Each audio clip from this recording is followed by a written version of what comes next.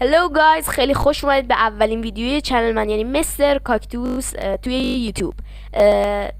این اولین ویدیو درباره نوع فعالیتمون توی یوتیوب هستش. ببینید ویدیوهامون اساسا درباره ماینکرافت هستش، اما اگه میم یا ادیتی زده باشم خودم براتون تو قالب ویدیوی شورت آپلود میکنم.